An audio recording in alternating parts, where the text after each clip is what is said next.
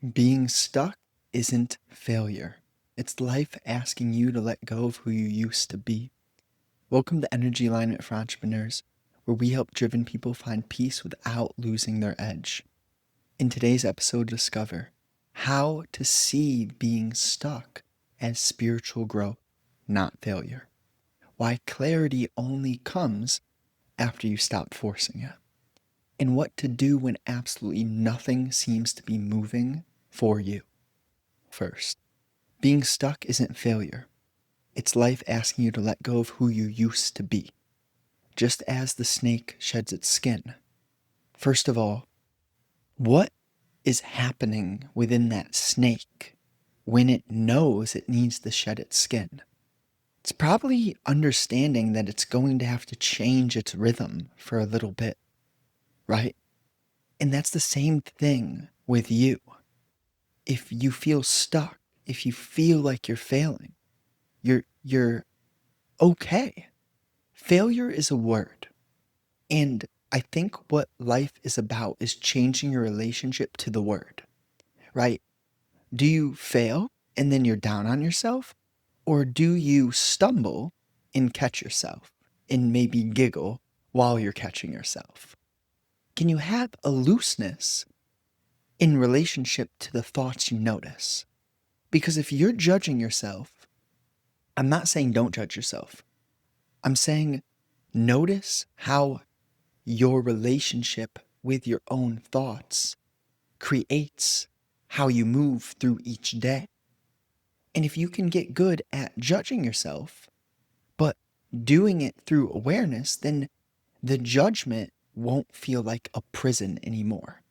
A lot of us are creating our own prisons via trying to fit into beliefs that we haven't questioned, via blindly accepting cultural, traditional, societal, parental influence.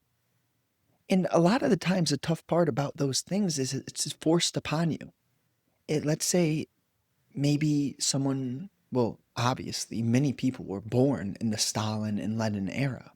If you're born into a communist world, well, you only have so much freedom, right? So let's take a moment to be grateful if you are not confined to a country or a space where you have no freedom, right? Just the fact that if you have any form of self efficacy, which is essentially another way of saying you can do what you want to do. And I don't want to get too veered or veer off track too much here, but a lot of us, right, we're stuck in this 9 to 5. We have to do this to pay the bills. But that pain, if you're in that specific situation and you feel that you're stuck, this is the pain which is going to propel you into asking the questions, doing the work, changing your heart so that your life feels new, so that you're not stuck in that 9 to 5. Now, I don't love using the 9 to 5 as an example because the cards you've been dealt are the cards you've been dealt.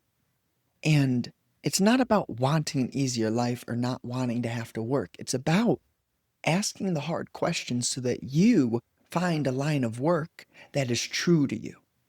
So, and the 9 to 5 is just a very frequent example of what humans do without awareness. It's almost like if you're shoved into something, like most of us are, we don't actually find that career path which is true to our hearts. And see, when you feel stuck, it's important not to overwhelm yourself. So the 9 to 5 is such a big pillar that it can feel overwhelming. That's not the goal of this video. That's not what I'm here to do. So don't bite off more than you can chew. Just listen to the way that I'm speaking in relationship to the 9 to 5 may be something that you know you're not meant to be in forever, but rushing out of it due to anger or fear or weakness isn't your answer. Your answer is learning to let go of the security of only doing the 9 to 5. The best way to build something alongside with a 9 to 5 is to have clarity around your priorities, right? Because even if you have a 9 to 5, let's say you're working 50 hours a week, you're still going to have that Saturday and Sunday. And let's say you have a lot of other responsibilities, you're still going to have at least 90 minutes to 3 hours plus over those 48 hours on Saturday and Sunday to change, to do new things, to work on something meaningful.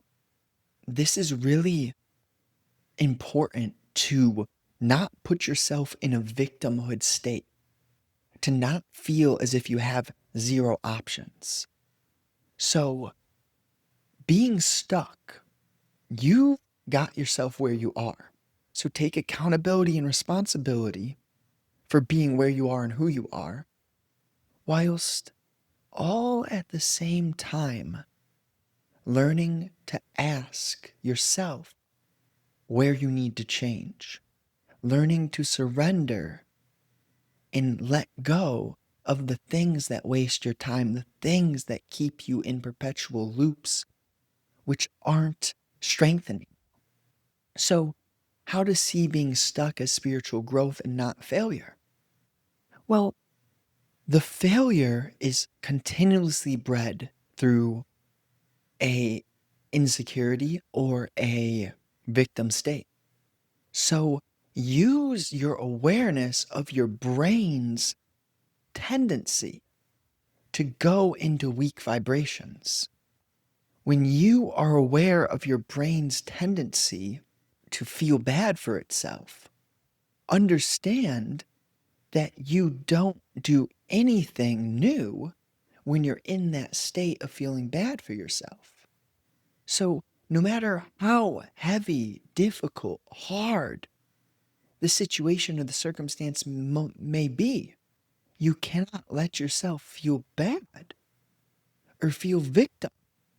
Somehow, some way, you broaden your horizon to ask questions that stretch your comfort zone. Believe it or not, this is a tough one. You don't need to believe. Don't. Just listen to what I'm saying. When you are in that victim state, you're actually in a comfortable state. Even though it may feel heavy in like anxiety, the brain gets used to thinking. And if you can start to move in a way where you're not so attached to what your brain thinks, you're more aware instead of being inside the thought, you're watching the thought, then you'll realize that you can change how you think. And when you change your relationship to your thinking, then that's the spiritual growth. Because you're always going to have moments of maybe you do have a fear, maybe you do have an insecurity. That's okay. What's not okay is letting those thoughts go unquestioned. Because when you, just as the snake lets go of its old skin, that's what happens to your brain when you bring awareness into the way that you've been thinking. You can shed and let go of styles of thought that don't support you. So the big one is the victim, right? If you can notice the victim in yourself and let go of that, then you'll drastically decrease the likelihood that you make your life harder. Because if you never, ever entertain a victim mindset, then you'll always realize you have the strength to change the situation somehow, some way. And when you do this, the strength and the power, it compounds within you. And then the weakness dissipates and dissipates and dissipates until you're so aware of the moment the weakness arises that it's almost like, oh, not a big deal at all. And it doesn't waver your vibrational frequency. Clarity only comes after you stop forcing it. You know, it's not the easiest thing to let go. It may feel comfortable to keep holding on, but it's holding on to the rope as it's being gravitationally pulled away from you, that's what gives your hands the burn, that Russian burn.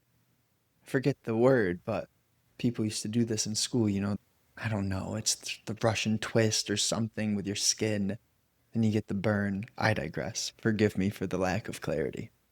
So, see, even in that, right, I can laugh at my own lack of clarity, right? Sometimes it's just, how do I put it? Prior Justin would be insecure when he isn't in rhythm continuously. Now I can just detach and just enjoy the game of stretching my comfort zone, of going to different areas in terms of telling stories, giving examples, metaphors, parables. Some things come out smooth, some things are a little bumpy. Hey, when you are continuously reflecting without attachment, then you learn. Learning is not memorization. And what to do when absolutely nothing seems to be moving for you. When you feel completely stuck. It depends on your relationship to the stuckness. So ultimately, there has to be an action where you begin to question how you got stuck. If you never pause to understand how you got where you are and how you created the states that you frequently operate through, if there isn't that curiosity, that skepticism in relationship to, can I change what I am? Can I change what I feel? Can I change how I move? See, this is why questions in negation style thought are so important, because rather than taking confusion and then adding other branches from an initial seed of confusion, you take the seed of confusion and you understand how you created that seed. It's a negation. It's a going inward. And when you go inward, then you can understand exactly how you stopped moving. And if you understand how you stopped moving, well, then irrefutably, the clarity around how to get moving will come to you intuitively, spontaneously, as an insight or an epiphany. So practically walk, move, eat the right things, and get off of consuming things via the phone and the PC. Like, sure, a podcast on a walk is a lot different from watching a short on your phone, a YouTube short. So that's just the practicality around input and movement. If you have good nutrition and you move frequently, you're so much less likely to be anxious.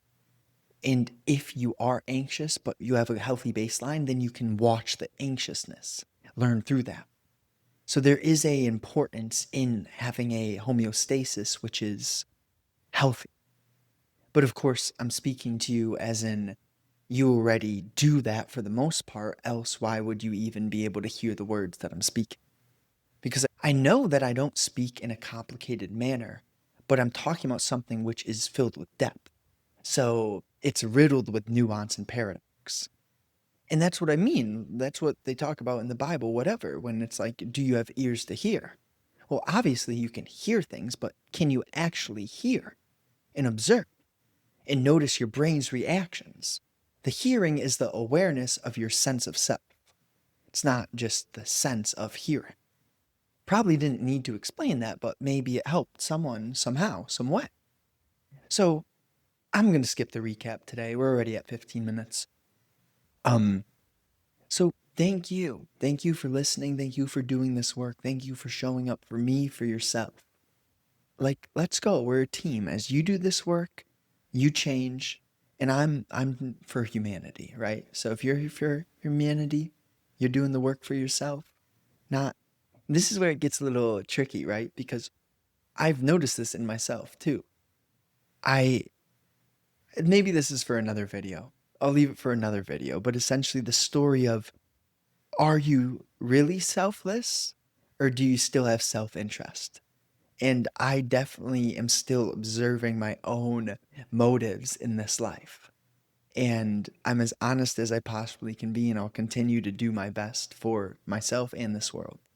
That's really all I can say on that topic, being 16 minutes in. I appreciate you. Thank you so much for listening. Share it with a friend if you enjoy this. And, check the link in the description if you resonate with what I say on these episodes. Listen to a few more episodes before you even take me up on that. But if you know that you need to have conversations with someone like me, I'm here to have those conversations. We can really speak about anything that is top of mind, top of heart. Whatever you need to speak about, we can work through it. So if you're interested in working one on one, just check the link in the description. Let's go. Have a wonderful day.